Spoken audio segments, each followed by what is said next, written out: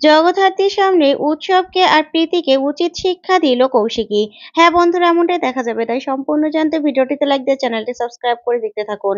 গল্পের শুরুতে দেখা যাবে ডক্টর প্রমিতাকে কেউ ইনজেক্ট করে মেরে ফেলে। তখনই সাধু ফটকবলকে হসপিটাল থেকে ফোন করলে সাধু ফটকবল সবটা শুনে চমকে যায় আর বলতে থাকে, কি বলছেন আপনারা? তখনই ফোনটা রাখলেই স্বয়ংভু বলতে থাকে, স্যার কি হয়েছে? তখন সাধু ফটকবল বলতে থাকে, স্বয়ংভু, ওই যে ডক্টর প্রমিতা, যার অপারেশন করার কথা ছিল জ্যাসের, তার জায়গায় অন্য একজন সেই অপারেশনটা করেছিল। সেই ডক্টর প্রমিতার লাশ পাওয়া গেছে হসপিটালে। যা শুনে স্বয়ংভু পুরো চমকে যায়। তখন সাধু ফটকবল বলতে থাকে, আমাদের এখনই সেখানে যেতে হবে। আমার মনে হচ্ছে এটা অনেক বড় একটা রহস্য, যেটা আমাদেরকে ভেদ করতে হবে, রহস্যটা খুঁজে বের করতে হবে। তখন স্বয়ংভু চিরঞ্জিত আর নন্দীকে নিয়ে সাধু ফটকবল হসপিটালের উদ্দেশ্যে রওনা করে। তারপর হসপিটালে গেলেই সেখানে প্রমিতার লাশ পায় সাধু ফটকবল। তারপর বলতে থাকে, আচ্ছা, এই বেডে কোনো রোগী ছিল? তখনই হসপিটাল ম্যানেজমেন্ট থেকে বলতে থাকে, হ্যাঁ রোগী ছিল তো, কিন্তু সেই রোগীকে এখন আর দেখা যাচ্ছে না। তখন সাধু ফটকবল সেখানে সবকিছু দেখতে থাকে। তখন একজন বলতে থাকে, স্যার এখানে একটা এম্পায়ার ছাড়া আর কিছু পাওয়া যায়নি। তখনই সেটা সাধু ফটকবল নিয়ে নেয়। তারপরে সেটা ফরেনসিক টেস্টের জন্য পাঠিয়ে দেয়। ওইদিকে একজন নার্স বলতে থাকে, স্যার দেখুন ওনার বাঁ হাতে এখনো ব্লাড বের হচ্ছে, তার মানে কেউ কিছু ইনজেক্ট করেছে ওনাকে। তখনই স্বয়ংভু দেখে বলতে থাকে, স্যার বাঁ হাতে, বাঁ হাতে কিন্তু সাধারণত ডক্টররা রোগীর হাতটা ধরে, তারপরে ডান হাত দিয়ে ইনজেক্ট করে। তার মানে উনি একজন স্বাভাবিক মানুষ, ওনাকে কেউ বাঁ হাতে ইনজেক্ট করবে আর উনি দিবেই বা কেন? তার মানে সে সেন্সলেস ছিল। নিশ্চয়ই পিছন থেকে কেউ তাকে অজ্ঞান করে ফেলেছিল। তখনই সাধু ফটকবল চমকে যায়। স্বয়ংভু বলতে থাকে, স্যার অঙ্কটা পুরো মিলে যাচ্ছে। তখন সাধু ফটকবল বলতে থাকে, কিন্তু কে করেছে সেটাই তো মিলাতে পারছি না স্বয়ংভু। এটা সবটা আমাদেরকে দেখতে হবে। এখনই এখান থেকে সবটা শুরু করতে হবে। তখন স্বয়ংভু বলতে থাকে, হ্যাঁ স্যার, যে রোগী ছিল তার অ্যাড্রেস অনুযায়ী সবকিছু ইনফরমেশন আমাদের নিতে হবে। আর এখান থেকেই সবটা খোঁজা শুরু করতে হবে। তখন স্বয়ংভু কৌশিকীকে ফোন করে বলতে থাকে, বড়দি, এখানে ডক্টর প্রমিতা উনি মারা গেছে। যা শুনে কৌশিকী পুরো চমকে যায়। তখন কৌশিকী অবাক হয়ে তাকিয়ে থাকে আর ভাবতে থাকে যে কি হচ্ছে এটা।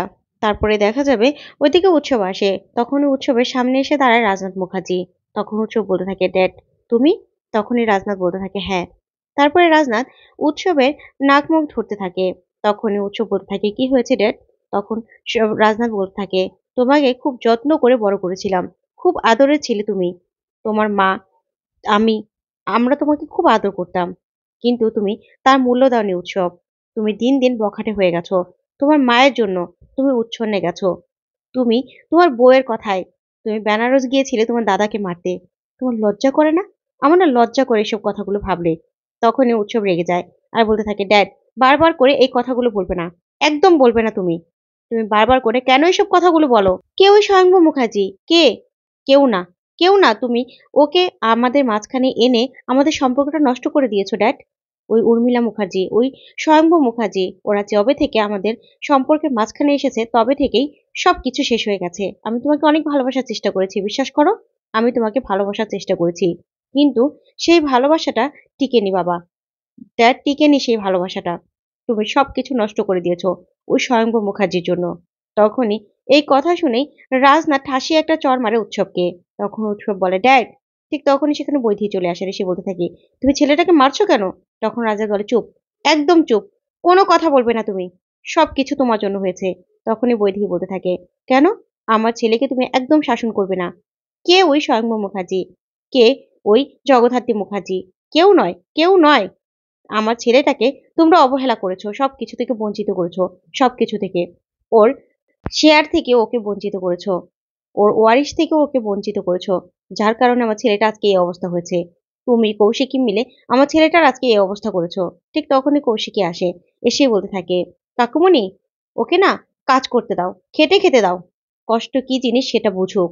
তখনই বৈদি অবাক হয়ে যায়। তখন কৌশিকী বলতে থাকে, হ্যাঁ, ওকে কষ্ট করতে দাও, আর উচ্ছন্নে দিও না, উচ্ছন্নে দিও না আর। তোমার ছেলেটাকে তুমি পুরো নষ্ট করে দিয়েছো, নষ্ট করে দিয়েছো তুমি। ওর না কৃতজ্ঞতা বোধ থাকা দরকার ছিল।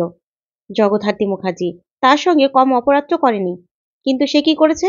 এই পরিবারটাকে বাঁচিয়ে দিয়েছিল। তোমার ছেলেকে, তোমার ছেলের বউকে বাঁচিয়ে দিয়েছে, ছোট্ট একটা কেস দিয়ে বাঁচিয়ে দিয়েছে। কিন্তু কই, ওর মধ্যে তো সেই কৃতজ্ঞতা বোধটুকুও নেই। যাই হোক, এগুলো বলে না আমার কোনো লাভ নেই। শোন উৎসব, তোকে আর তোর মাকে বলে দেই, জগদ্ধাত্রীর কাছে প্লিজ তোরা যাবি না। আর তোর বউকেও বলে দিস, একদম যাবি না। মেয়েটাকে তো মেরেই ফেলেছিস, এখন যতটুকু প্রাণ আছে প্লিজ আর মারার চেষ্টা করিস না। এই কথা বলেই কৌশিকী বলতে থাকে, কাকুমণি আমি একটু বেরোচ্ছি, পারলে জগদ্ধাত্রীর দিকে একটু খেয়াল রেখো। হ্যাঁ, আর আরেকটা কথা, ডক্টর প্রমিতা খুন হয়েছে, যা শুনে সবাই পুরো চমকে যায়। তখন কৌশিকী বলতে থাকে, হ্যাঁ, শুধুমাত্র জগদ্ধাত্রী নয়, এখানে আরো অনেক রহস্যের জাল রয়েছে। আর কাকুমণি, শুধু অপারেশনের কারণেই কিন্তু জগদ্ধাত্রীর আজকে এই অবস্থা নয়, জগদ্ধাত্রীকে মেরে ফেলার চেষ্টা করা হয়েছিল, যার কারণে আজকে একটা জড় পদার্থে পরিণত হয়েছে এই জগদ্ধাত্রী। যা শুনে সবাই পুরো চমকে যায়। তারপরে কৌশিকী উৎসবকে বলতে থাকে, শুন উৎসব, তোর মাকে আর তোকে বলে দিলাম, এই সব সম্পত্তি যা আছে আমাদের, বিজনেস, বাড়ি, সবকিছুর সম্পত্তির একমাত্র মালিক হবে ওই দুর্গা মুখার্জি। সবকিছু ওয়ারিশ করা হয়ে গেছে। ওর 20 বছর হলে ও সবকিছুর দায়িত্ব নেবে। তার আগে এই সবকিছু দেখবো আমি। কাকুমণি, আশা করছি তোমারও কোনো আপত্তি নেই এতে। তখন রাজনাথ মুখার্জি কিছুই বলে না। তারপর কৌশিকী বলতে থাকে, এই সব কিছুর উইলটা হয়ে গেছে, তুমি শুধু সাইনটা করে দিও। এই বলে কৌশিকী মুখার্জি সেখান থেকে চলে গেলেই রাজনাথও সেখান থেকে চলে যায়। তখন বৈদি বলতে থাকে, অসম্ভব, এটা হতে পারে না, কিছুতেই এটা হতে পারে না। তখন উৎসব বলতে থাকে, মম, কে ওই দুর্গা মুখার্জি, কে কে ওই জগদ্ধাত্রী মুখার্জি, কে ওই স্বয়ম্ভু মুখার্জি? আমার ওয়ারিশ, আমাকে সবকিছু থেকে বঞ্চিত করা হচ্ছে। না, এটা হতে পারে না, কিছুতেই হতে পারে না। তখনই বৈধি বলতে থাকে, সবকিছু তো করে ফেলেছে, কিন্তু এর শেষ তো আমাদের দেখতেই হবে। ওইদিকে দেখা যাবে রাজনাথ জগদ্ধাত্রীর কাছে যায়, গিয়ে বলতে থাকে, জগদ্ধাত্রী, আমাকে তুমি ক্ষমা করে দিও, ক্ষমা করে দিও আমাকে তুমি। তুমি এই পরিবারটাকে এক করতে চেয়েছিলে, এক করতে চেয়েছিলে তুমি, কিন্তু পারোনি। আসলে ভুল আমি করে ফেলেছি। আমি যদি জানতাম উর্মিলা মুখার্জি বেঁচে আছে, আর তার আমার একটা ছোট্ট সন্তান হয়েছিল স্বয়ম্ভু মুখার্জি, তাহলে আমি কোনোদিনও বিয়ে করতাম না, কোনোদিনও না। আমি আরেকটা বিয়ে কোনোদিনও করতাম না। না উৎসব আসতো, না বৈদেহী আসতো, কেউ আসতো না আমার জীবনে। ভুল না আমিই করে ফেলেছি মা, তুমি আমাকে ক্ষমা করে দিও। এই কথাগুলো বলেই রাজনাথ কাঁদতে থাকে। ঠিক তখনই চন্দ্রনাথ সেখানে চলে আসে, আর প্রীতি। তখন চন্দ্রনাথ বলতে থাকে, দাদা চিন্তা করো না, সময় মতো, ঠিক সময় মতো এই জগদ্ধাত্রী দাঁড়িয়ে পড়বে। তখন রাজনাথ বলতে থাকে, কি বলছিস জাদু, কি বলছিস তুই এসব? ঠিক তখনই চন্দ্রনাথ বলতে থাকে, হ্যাঁ মেজদা, বুঝতে পারছো না, যে বারবার করে নাটক করে, সবাই তো চাল দিচ্ছে।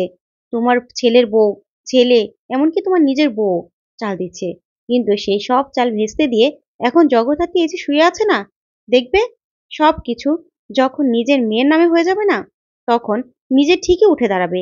তারপরে পরিবারের সবার উপরে ছড়ি ঘুরাবে, ছড়ি ঘুরাবে এই মেয়ে, এই মেয়ের সব নাটক। তখনই রাজনাথ রেগে যায়, বলতে থাকে, কি বলছিস তুই এসব? তখন প্রীতি বলতে থাকে, হ্যাঁ কাকুমণি, তুমি বুঝতে পারছো না, এসব কিছু হলো জগদ্ধাত্রীর নাটক। না হলে এই সব কিছু এভাবে শুয়ে থেকেও নিজের মেয়েকে সবকিছুর মালিক বানাতে পারে বলো তো? সবকিছু না ও জানে, সবকিছু। তখন রাজনাথ বলতে থাকে, তোমরা না চুপ করো, চুপ করো তোমরা। এটা এটা না অপারেশনের সময় হয়েছে, এটা কোনো নাটক নয়। তখনই প্রীতি বলতে থাকে, তুমি বুঝতে পারছো না কাকুমণি।